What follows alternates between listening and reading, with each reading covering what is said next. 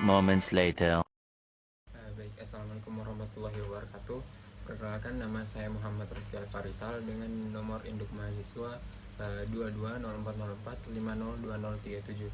Nah, di sini saya akan memberikan layanan klasikal terkait meningkatkan motivasi belajar. Nah, saya mengangkat topik mengenai meningkatkan motivasi belajar karena beberapa alasan. Yang pertama yaitu perkembangan teknologi. Nah, dengan adanya perkembangan teknologi yang pesat, metode strategi untuk meningkatkan motivasi belajar juga perlu diperbarui agar tetap relevan dan efektif dalam menghadapi tantangan baru.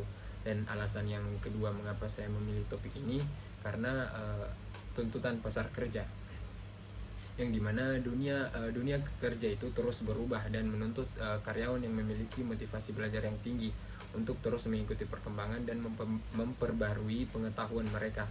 Oleh karena itu penting untuk kita semua agar selalu mengikuti perkembangan terkini dalam meningkatkan motivasi belajar agar dapat bersaing di pasar kerja.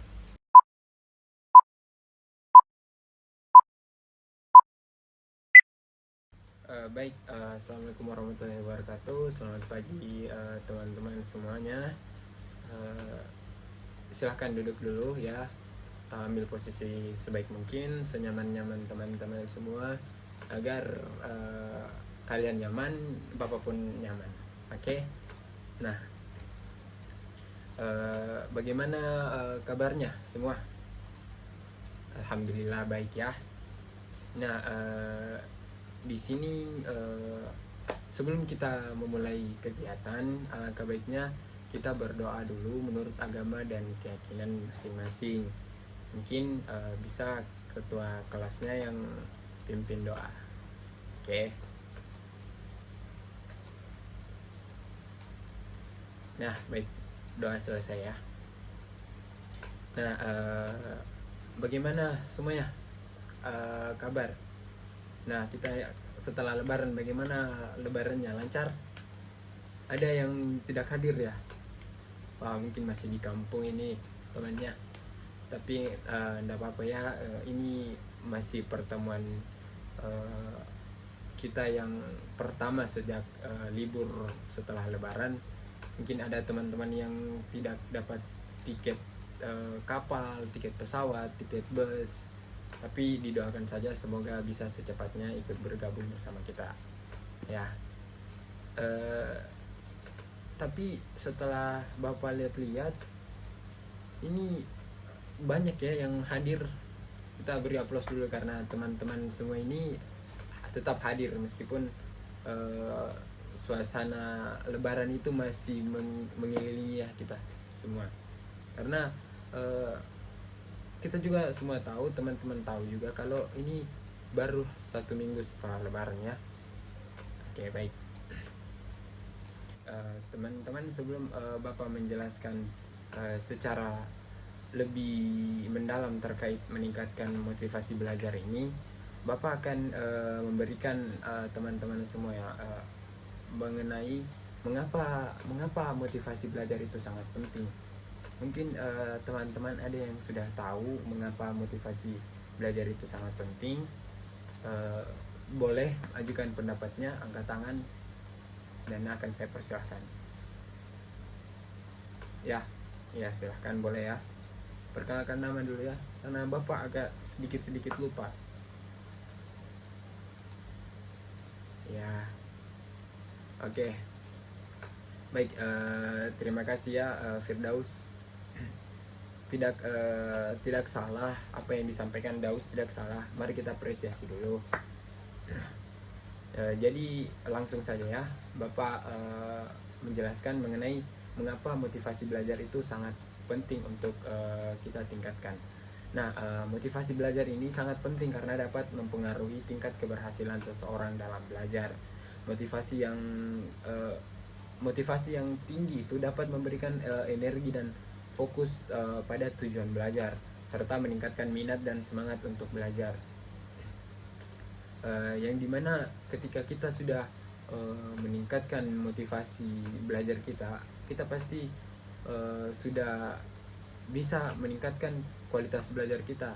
yang awalnya belajar hanya karena untuk dapat nilai atau untuk sekedar formalitas untuk lulus mata pelajaran ini dan itu, bisa meningkat menjadi kita atau saya, teman-teman semua ini belajar untuk bisa lebih tahu mengenai apa yang teman-teman belum tahu sebelumnya.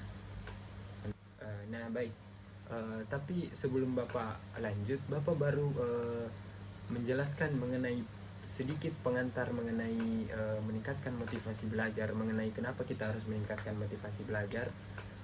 Tetapi banyak dari adik-adik sekalian ini yang tidak fokus ya, ada yang menguap dari tadi padahal masih pagi, ada yang sibuk bermain HP, ada yang asik sendiri, dan ada yang saling berbicara ya di belakang seperti Anto ya, jangan berbicara dulu. Nah baik, maka dari itu Bapak akan memberikan adik-adik sekalian ini ice breaking, yang dimana ice breaking ini bertujuan untuk mencairkan yang beku atau membuat suasana menjadi tidak kaku. Nah dimana Bapak itu akan memberikan ice breaking untuk melatih kefokusan adik-adik semua. Nah langsung saja ya ice breakingnya, semuanya bisa fokus dulu. Nah Bapak akan kasih clue-nya itu fokus, oke? Clue-nya itu fokus. Ingat, clue-nya itu fokus, oke? Berapa kali itu? Berapa tepukan? Terlalu cepat. Oke, ulang ya. Clue-nya itu fokus. Berapa? 2. Salah. Jawabannya 1. Nah, ingat clue-nya tadi fokus. Jadi adik-adik harus ingat clue-nya itu fokus. Berapa? 3. Salah. 2. Ada yang sudah mengerti? Nah, sekali lagi ya. Clue-nya itu fokus. Jadi adik-adik ini harus fokus. Ingat, fokus, fokus. Oke? Berapa kali tepukan? 4. Ya, benar ya, 4. Benar. Jadi ingat, Bapak menyebutkan kata fokus. Jadi jangan pernah perhatikan tepukannya, melainkan perhatikan berapa kali Bapak menyebutkan kata fokus, karena clue-nya itu fokus kan? Nah, betul. Ya, oke. Karena kita sudah ice breaking tadi, Bapak bisa lanjut ya ke materi yang Bapak akan bawakan ini. Nah, ada sedikit materi yang Bapak tahu mengenai motivasi belajar itu sendiri. Nah, yang pertama itu definisi motivasi belajar. Ada yang tahu definisi dari motivasi belajar itu sendiri? Tidak tahu. Oke. Motivasi itu berasal dari kata Latin, yaitu movere, yang artinya dorongan atau daya penggerak. Nah, menurut ada ahli yang bernama Fillmore Stanford ya. Nah, dalam buku Mangkunegara. Nah, si Fillmore ini mengatakan bahwa motivation is an energizing condition of the organism that suffices to direct that organism toward the goal of a certain class. Ada yang tahu artinya? Nah, yang gimana? Kata yang Bapak sebutkan tadi itu berarti motivasi sebagai suatu kondisi yang menggerakkan manusia ke arah suatu tujuan tertentu. Nah, adapun ahli lain ini yang bernama Sardiman ya, mengatakan bahwa motivasi ini dapat dikatakan sebagai daya penggerak dari dalam dan di dalam subjek untuk melakukan aktivitas-aktivitas tertentu demi mencapai satu tujuan. Nah, dalam kegiatan belajar sendiri, motivasi sangat diperlukan untuk membangkitkan gairah belajar siswa sehingga kegiatan belajar dapat berjalan dengan baik. Nah, adapun pengertian motivasi belajar menurut Sadirman itu tadi adalah Sadirman ini mengatakan bahwa keseluruhan daya penggerak di dalam diri siswa yang menimbulkan kegiatan belajar yang menjamin kelangsungan dari kegiatan belajar dan memberikan arah pada kegiatan belajar sehingga tujuan yang dikehendaki oleh subjek belajar itu dapat tercapai. Nah, adapun ahli lain yang mengatakan bahwa motivasi belajar merupakan dorongan internal dan eksternal pada siswa-siswa yang sedang belajar untuk mengadakan perubahan tingkah laku pada umumnya dengan beberapa indikator atau unsur yang mendukung. Nah, dari beberapa pengertian motivasi belajar yang Bapak sebutkan tadi, itu menurut para ahli. Nah, Bapak di sini dapat menyimpulkan bahwa motivasi belajar merupakan dorongan yang timbul baik dari dalam maupun dari luar diri seseorang. Ya, yang mana itu sendiri mampu menimbulkan semangat dan kegairahan belajar serta memberikan arah pada kegiatan belajar sehingga tujuan yang dikehendaki dapat tercapai sekarang. Nah, yang kedua, adapun selain definisi ada juga faktor yang mempengaruhi motivasi belajar sendiri. Nah, faktor-faktor itu sendiri terbagi beberapa poin. Nah, ada yang pertama itu cita-cita dan aspirasi. Nah, yang dimana poin cita-cita dan aspirasi ini menjelaskan bahwa cita-cita akan memperkuat motivasi belajar intrinsik maupun ekstrinsik, sebab tercapainya suatu cita-cita akan mewujudkan aktualisasi diri. Nah, faktor yang kedua itu merupakan kemampuan pribadi. Nah, keinginan seorang anak perlu dibarengi dengan kemampuan atau kecakapan mencapainya. Secara ringkas atau dapat disimpulkan bahwa kemampuan akan memperkuat motivasi anak untuk melaksanakan tugas-tugas perkembangan. Nah, faktor yang ketiga yaitu kondisi pribadi. Nah, kondisi pribadi yang meliputi kondisi jasmani, rohani, ini bisa mempengaruhi motivasi belajar. Saat seseorang sedang sakit, lapar atau marah-marah, pasti akan mengganggu perhatian belajarnya. Ini adik-adik bisa lihat pada diri sendiri. Mungkin adik-adik tidak bakal bisa fokus belajar kalau adik-adik itu sedang merasakan kelaparan. Bukan kelaparan ya, maksudnya lapar, karena kalau kelaparan itu mungkin terlalu parah. Lapar atau sedang marah atau sakit, pasti semangat akan atau semangat rasa ingin belajarnya itu tidak ada. Ada mungkin tapi sedikit, terganggu lah ceritanya. Nah, selain itu sebaliknya juga, saat seseorang sedang sehat, kenyang, gembira, pasti akan memusatkan perhatian pada penjelasan pelajaran. Nah, dengan demikian kondisi jasmani dan rohani seseorang berpengaruh sekali pada motivasi belajar. Nah, adapun kan tadi kondisi pribadi. Nah, yang keempat itu kondisi lingkungan. Nah, lingkungan ini dapat berupa keadaan alam, lingkungan tempat tinggal, pergaulan sebaya, dan kehidupan masyarakat sekitar.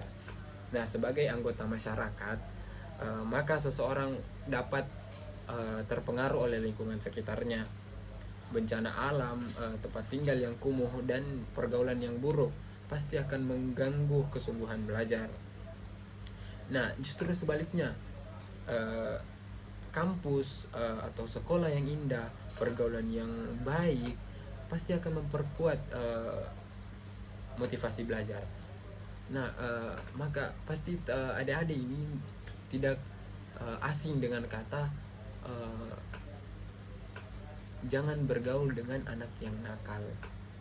Sebenarnya kita tidak bisa sebut mereka anak yang nakal, karena mereka tidak nakal, mereka cuman terpengaruh oleh lingkungan sekitarnya.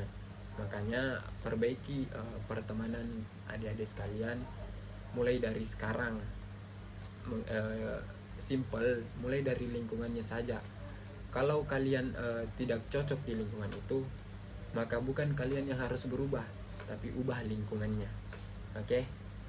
Kalian tidak harus menjadi nakal agar terlihat keren. Oke? Nah, lanjut ya. Nah, faktor kelima itu ada adalah unsur-unsur dinamis dalam belajar dan pembelajaran. Nah, lingkungan belajar dan pergaulan siswa mengalami perubahan. Eh, Lingkungan budaya yang berupa televisi dan film semakin menjangkau ke semua lingkungan, pasti karena itu hal tersebut mendinamiskan motivasi belajar. Nah, guru profesional diharapkan mampu memanfaatkan sumber belajar di sekitar sekolah untuk memotivasi belajar para siswa-siswanya ya. Jadi di sini intinya itu kemajuan teknologi itu sangat berpengaruh terkait motivasi belajar, tapi bisa berdampak buruk bagi orang-orang yang tidak paham apa tujuannya. Oke. Nah, di sini Bapak akan menjelaskan poin ketiga ya. Maksudnya materi terkait, kan tadi sudah definisi, sudah juga faktor-faktor. Nah, yang sekarang yang ketiga itu mengenai cara meningkatkan motivasi belajar. Kalian sudah mengetahui apa definisi motivasi belajar. Kalian sudah mengetahui apa faktor-faktor motivasi belajar. Apa faktor-faktor yang mempengaruhi motivasi belajar, dan yang sekarang harus tahu bagaimana cara meningkatkan motivasi belajar. Nah, meningkatkan motivasi belajar ini bisa dimulai dari hal yang sederhana. Nah, Bapak akan menjelaskan beberapa poin terkait bagaimana cara meningkatkan motivasi belajar. Nah, yang pertama yaitu membuat agenda belajar. Nah, langkah pertama yang harus dilakukan untuk meningkatkan motivasi belajar adalah dengan membuat agenda belajar yang jelas. Nah, agenda belajar akan membantu adik-adik sekalian untuk mengatur waktu dan materi apa yang harus dipelajari. Nah, dengan demikian adik-adik akan lebih fokus dan konsentrasi dalam belajar. Cukup dengan membuat agenda belajar yang adik-adik lakukan pasti akan jadi lebih efektif dan efisien. Nah, yang kedua yaitu menentukan gaya belajar. Nah, setiap orang memiliki gaya belajar masing-masing, pasti memiliki gaya belajar masing-masing. Nah, setiap metode pembelajaran memiliki kelebihan dan kekurangan. Nah, tentu pasti adik-adik juga itu dalam satu kelas ini tidak mungkin sama semua gaya belajarnya ya. Ada kemungkinan sama, cuman itu pasti kecil kemungkinannya. Nah, jadi adik-adik ini bisa tentukan apakah adik-adik ini termasuk orang-orang yang bertipe visual, auditori, atau kinestetik. Nah, dengan adik-adik mengetahui gaya belajarnya, adik-adik ini bisa menyesuaikan diri dengan materi apa yang ingin dipelajari. Jadi tentukan gaya belajarnya ya dari sekarang. Nanti Bapak akan kasih link untuk adik-adik bisa mengisi itu ya, bisa mengisi kuis atau lebih ke angket sih ceritanya. Oh enggak, itu jadi ceritanya itu nanti link, kalian isi soal-soalnya, terus setelah disubmit akan muncul bagaimana gaya belajar adik-adik sekalian. Nah, setelah menentukan gaya belajar tadi, adik-adik itu juga harus istirahat. Nah, poin ketiga ini istirahat. Nah, istirahat itu termasuk salah satu faktor yang penting dalam proses belajar, sangat penting. Nah, kenapa? Karena belajar terus-menerus tanpa memberikan waktu istirahat akan membuat otak dan tubuh kita menjadi lemah, yang dimana tadi dapat menjadi dari apa yang Bapak tadi jelaskan, Bapak telah menjelaskan tadi mengenai faktor yang mempengaruhi motivasi belajar. Di sana ada kesehatan mengenai rohani dan jasmani ya. Nah, maka ketika tubuh lelah, proses belajar tidak akan maksimal. Materi yang dipelajari tidak akan bisa terserap optimal dalam ingatan, dan selain itu istirahat juga dibutuhkan akan kondisi tubuh tetap fit dan sehat. Nah, poin keempat yaitu hindari gangguan belajar. Nah, seringkali gangguan belajar itu menghambat proses penyerapan materi. untuk memperoleh suasana yang belajar yang baik, hindarilah gangguan belajar yang mungkin terjadi. Aturlah waktu untuk bermain, kapan maksudnya, aturlah waktu kapan harus bermain gadget, kapan harus berhenti bermain gadget. Misal bermain gadget 2 jam, atur juga waktu untuk belajar berapa lama, atur juga untuk main sosmednya diatur, nonton TV-nya diatur. Jadi semuanya itu harus balance atau seimbang, supaya tidak mengganggu, selain mengganggu kesehatan itu juga tidak agar tidak mengganggu proses atau waktu belajar teman-teman semua. Jadi hindari, kalau bisa hindari bermain gadget atau game online, apalagi game online yang sedang marak sekarang. Hindari bermain game online. Boleh main game online, tapi hindari yang berlebihan, karena sesungguhnya sesuatu yang berlebihan itu tidaklah baik.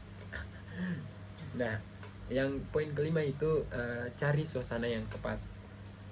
Nah, sebenarnya tidak ada istilah gimana ya, tidak ada istilah suasana yang tepat ya, karena semua suasana menjadi tepat jika teman-teman ini bisa kontrol dirinya. Jadi misal teman-teman dalam kafe itu bisa menjadi suasana yang tepat bagi beberapa orang. Ada yang sendirian di kamar, itu bisa menjadi tempat yang menurut mereka itu menjadi suasana yang tepat. Jadi setiap orang itu berbeda-beda suasana yang tepatnya. Kita tidak bisa menentukan kalau suasana yang tepat itu ada di sini, suasana tepat itu ada di sini. Tidak, karena itu sebenarnya tidak ada tempat yang bisa dijuluki sebagai suasana yang tepat, karena itu kembali lagi kepada diri kita sendiri, kepada pribadi kita masing-masing. Ketika kita bisa mengontrol diri, pasti bisa kita pasti bisa maksudnya ketika kita bisa mengontrol diri, semua suasana pasti akan terasa tepat. Nah, jadi adik-adik harus mencari tempat belajar yang nyaman dan membuat kita fokus untuk belajar. Kalau perlu, adik-adik coba sekali-sekali dengar lagu klasik, dengar instrumen begitu, pasti akan terasa lebih nyaman ya, rileks, dan membuat suasana itu menjadi lebih tenang dan damai. Nah, terkadang juga ada orang yang sambil belajar itu harus dengar lagu. Nah, ada juga orang sambil belajar itu harus ngemil ya. Nah, poin ke-6-nya itu belajar bersama teman. Nah, jika teman-teman ini merasa bosan dan malas belajar sendiri, maka belajar bersama teman bisa menjadi solusi. Oke. Selain itu selain akan menjadi motivasi belajar dan penyemangat, teman-teman kalian pasti akan membantu kalian kalau kalian menemukan kesulitan ya. Dengan maksudnya belajar dengan sistem diskusi biasanya membuat kita lebih mudah memahami sesuatu. Namun jangan sampai belajar sama teman-teman ini justru menjadi tidak efektif karena terlalu banyak digunakan untuk ngobrol atau malahan untuk bermain ya. Nah, untuk belajar dengan hasil optimal diperlukan niat dan kemauan kuat untuk berusaha. Kegigihan dan kepercayaan diri diperlukan agar kita tidak mudah menyerah saat berproses. Nah, sekali lagi hal yang perlu diingat bahwa komitmen diperlukan untuk mencapai sesuatu yang dimimpikan. Jangan pernah lupa untuk terus berdoa pada Tuhan dan meminta restu orang tua. Semangat dan terus berlatih agar kesuksesan menantimu di masa depan. Semoga motivasi belajar yang Bapak sampaikan ini bermanfaat untuk kita semua ya. Nah, oke, baik adik-adik, itu tadi penyampaian materi dari Bapak terkait topik meningkatkan motivasi belajar. Dan sekarang Bapak ingin kalian itu berbagi pemikiran atau pengalaman. yang dimana adik-adik bisa mengungkapkan pengalaman yang mengenai motivasi belajar. Mungkin ada yang dulu tidak pernah sama sekali terpikir untuk belajar di rumah, tapi setelah mendapatkan suatu kejadian, mungkin setelah melihat film ini, setelah melihat kondisi ini, maka motivasi belajar kalian itu menjadi meningkat ya. Mungkin ada yang bisa berbagi pengalamannya. Oke, Bapak peserta. Oh iya, dari ketua tingkat juga dulu boleh.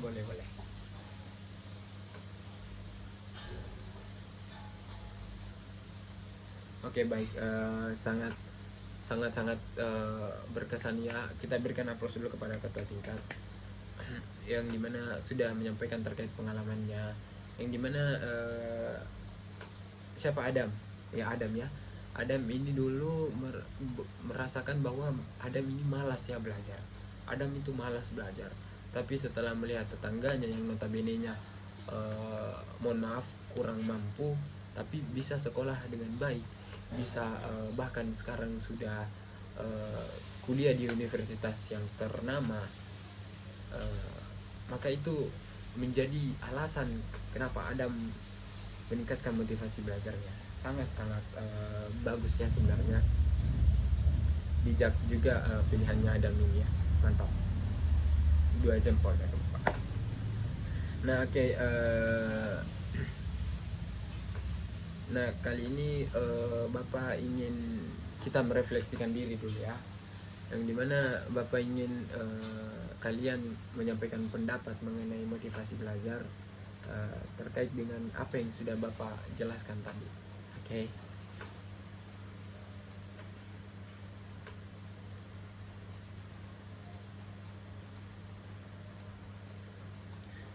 Nah, ada. Masa Adam lagi tahu yang lain. Dari cewek-ceweknya mungkin. Ya, Putri. Ya, boleh Putri.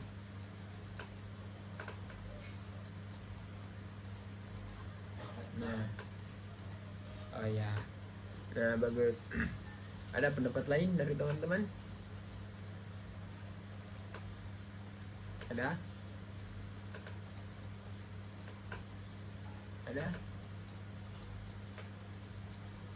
Ihsan ya, oke. Ihsan, nggak usah ragu-ragu ya, nggak usah malu-malu. Kalau ada yang ingin adik-adik sampaikan, silakan angkat tangan, nggak apa-apa. Bapak juga nggak makan orang kok.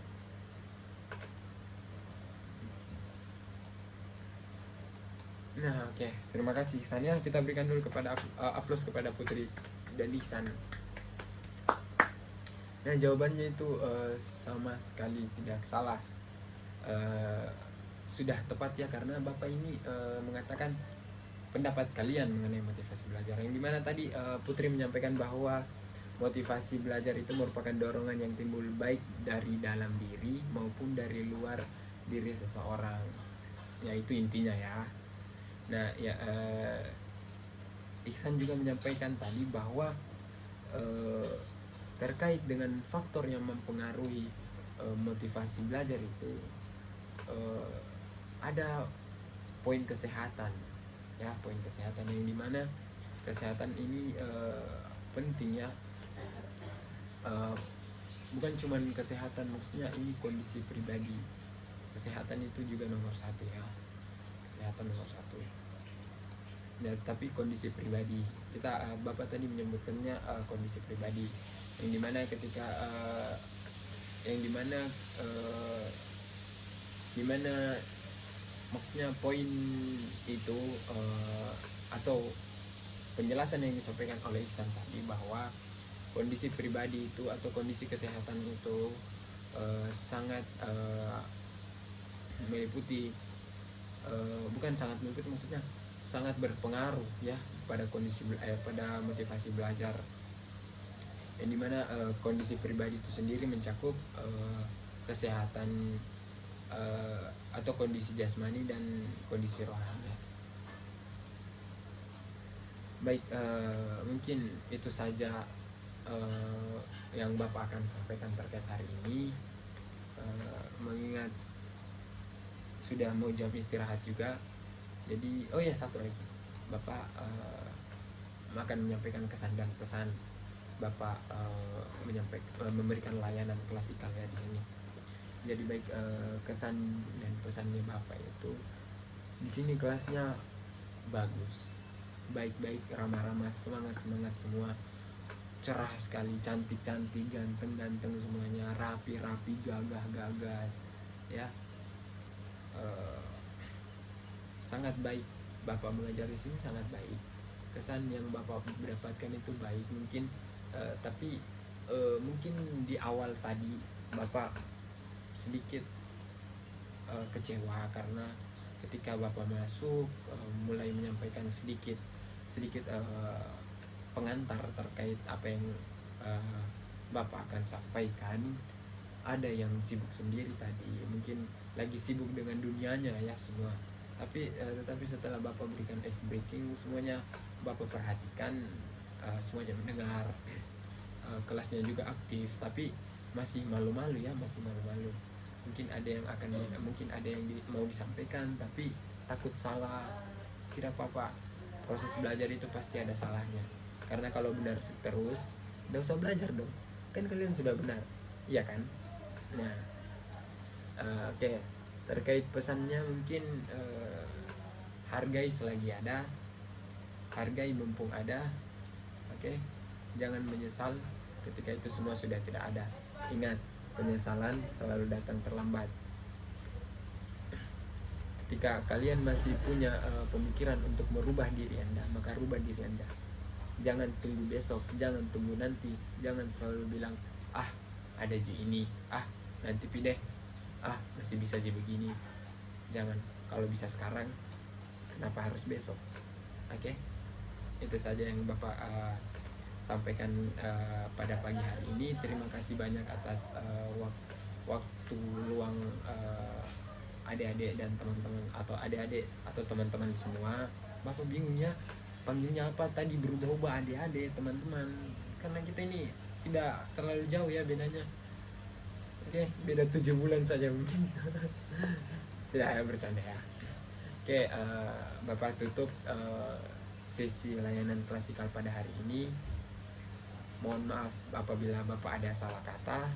Wabillahi taufiq wal hidayah. Wassalamualaikum warahmatullahi wabarakatuh.